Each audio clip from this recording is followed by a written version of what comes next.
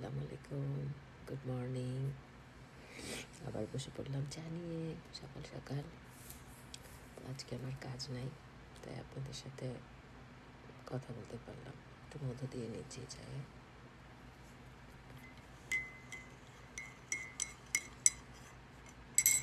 সাথে একটু বিস্কুট নিয়ে নিলাম, একটাই হয়তো খাবো।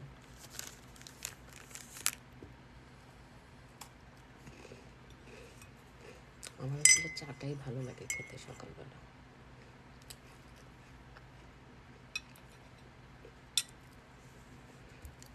আর কি অবস্থা? আমার ভিডিও দেখতে আপনাদের কেমন লাগে একটু কমেন্ট করে জানাবেন। কারণ ফেসবুকে কাজ করা একটা ফুল টাইম জব। একদম আপনাকে 8 ঘন্টা থেকে 10 ঘন্টা টাইম দিতে হবে প্রতিদিন। ফেসবুক কেউ কাজ না করলে এটা আসলে কেউ, মানে আমি নিজেও রিয়েলাইজ করি নাই। দেখলে মনে হয় ভিডিও করে, সবাই ভিডিও আপলোড করে, ফেসবুক টাকা দেয়। It's not that easy. এটা ফুল টাইম লেগে থাকতে হবে। তো যেহেতু আমি একটা ফুল টাইম জব করি, আমার জন্য একটু কঠিন হয়ে যাচ্ছে। তো আমি হয়তো আমার ইউটিউব চ্যানেলটা কন্টিনিউ করব, আর ফেসবুকটা এখনও কন্টিনিউ করছি, বাট কতদিন করব বুঝতে পারছি না। কিন্তু অনেক অনেক টাইম দিতে হয়, অনেক ব্যস্ততা। তো আপনারা যদি মনে করেন যে আমি ফেসবুক থাকবো, তাহলে একটু কমেন্ট করে জানাবেন। আর নয়তো দেখা যাক কী করি। যাই হোক, আমি এই দেশে থাকতেছি 2.5 বছর হয়ে গেল। এর আগে 95-96-তে ছিলাম, 4 বছর ওহাইওতে। তারপর দীর্ঘ লম্বা সময়ের পর আসলাম। তো তখন ছিলাম, বয়স কম ছিল, এখন তো বয়স হয়ে গিয়েছে। এই বয়সে এসেও এই দেশের যা যা চ্যালেঞ্জ, সবই আমাকে নিতে হয়েছে। আমার নিজের নামে বাসা করার জন্য, বাসা ভাড়া করার জন্য আই নিড এভরিথিং। অ্যান্ড আমি আসার আগে আসলে এত ডিটেলসে জানতাম না। আমি দেশে থেকে যাওয়ার পরেও কিন্তু আমি বুঝি নাই, আমি জানতাম না। সো যারা, আগেও একবার ভিডিও বলেছি, আজকেও বললাম, যারা গ্রিন কার্ড নিয়ে আসবেন তাদের জন্য একটু ইজি মানে 45 ডেজের মধ্যে গ্রিন কার্ড পাবেন, সোশ্যাল সিকিউরিটি পাবেন। এই দুইটা না পেলে আপনি কিন্তু কাজও করতে পারবেন না, ব্যাঙ্ক অ্যাকাউন্ট খুলতে পারবেন না, মানে লিগালি। ইলিগালি তো এখানে কত কিছুই করে মানুষ, দেখা যায় ক্যাশ পেমেন্টে কাজ করে। তো ক্যাশ পেমেন্টে কাজ করলে পেমেন্ট কিন্তু কম দেয়, অনেক কম দেয়। ওই সুযোগটা ওরা নেয়। আর এটাতে ট্যাক্স নাই। আর যদি কেউ ধরা পড়ে, তাহলে তো কথাই নেই, একদম ডিপোর্ট করে দিবে। আর আরেকটা ভিসা আছে, হলো H1, চাকরি নিয়ে যারা এখানে আসবেন। আর ট্রাম্প আসার পর কী হবে তো শুনতেছি অনেক কঠিন হয়ে যাবে অনেক কিছু,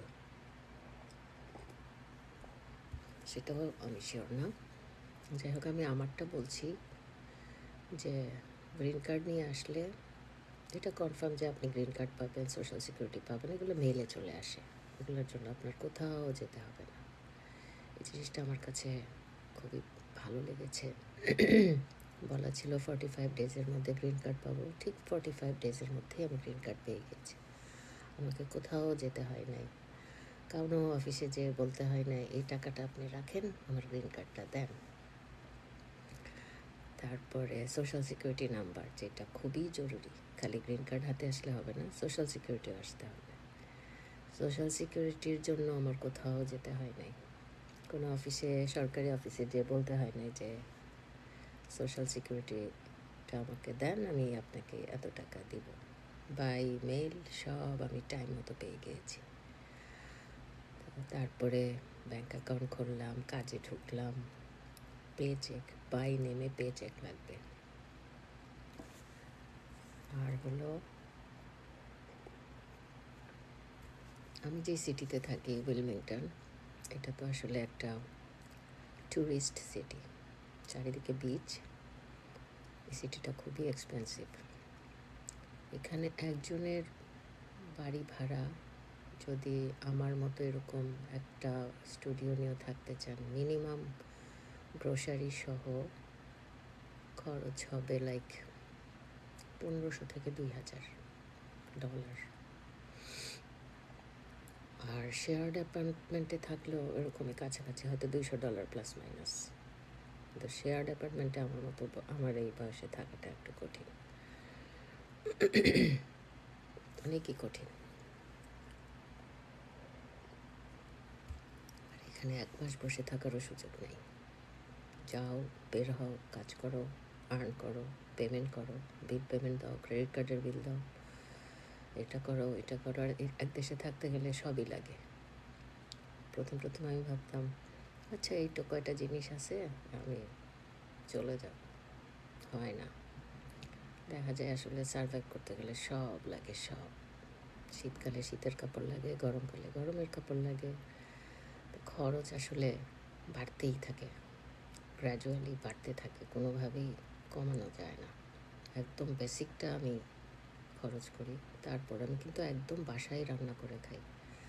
আগে যখন হায়াতে ছিলাম 96-97, আমাদের হাজব্যান্ড ওয়াইফ দুজনের $100 গ্রোসারি করে হয়ে যেত 1 মাস।